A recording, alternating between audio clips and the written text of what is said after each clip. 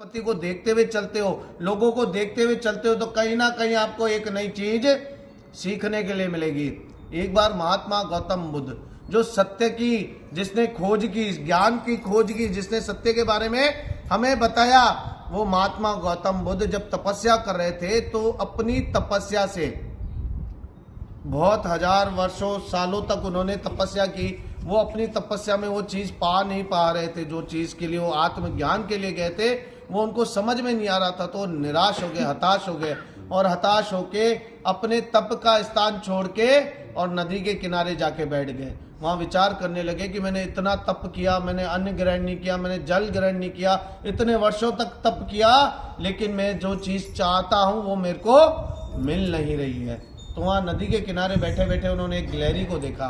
वो पानी में कूदती नदी के अंदर, वहाँ से वापस बाहर एक किनारे पे आके खड़ी होती और अपने शरीर को झाड़ती, फिर पानी में कूदती, फिर गीली होके आती, फिर बाहर आके अपने शरीर को झाड़ती। तो महात्मा गौतम बुद्ध ने उसके इस कृत्य को देखकर उससे पूछ लिया, भाई ये क्या कर रहे हो? तो उस गिलहरी ने कहा, गिलहरी समझते हो ना? हाँ। चिपकली खिसकोली, गिलहरी जो पेड़ पे चलती है, यहाँ खिसकोली बोलते हैं। हाँ। चिपकली देखी है ना?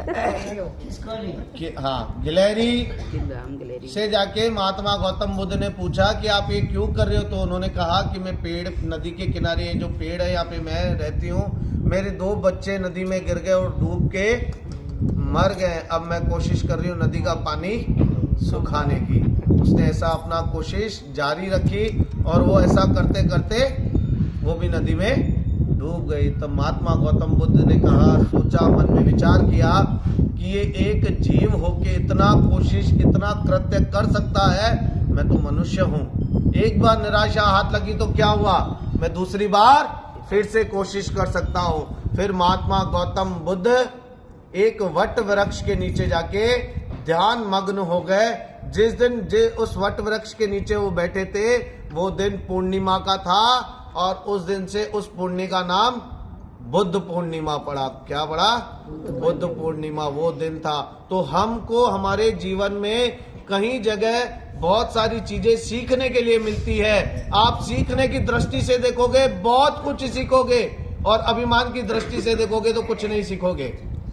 तो हमारा जीवन कितना भी बड़ा हो जाए, लेकिन सीखना पड़ता है। जैसे मैं बार बार कहता हूँ कि ये छोटे छोटे से बच्चे भी आपको शिक्षा देते हैं। कौन सी? मोबाइल चलाने की। आपको नहीं आता, इनको आता है।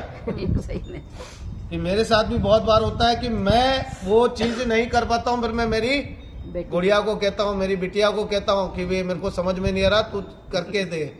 तो कई चीजें हमें सीखने के लिए हर एक व्यक्ति, हर एक जगह, हर वनस्पति, हर रास्ते पे मिलती है। हमारी दृष्टि अगर सीखने वाली होगी तो बहुत सारी चीजें सीख पाएंगे। बोल श्री कृष्ण कन्हैया।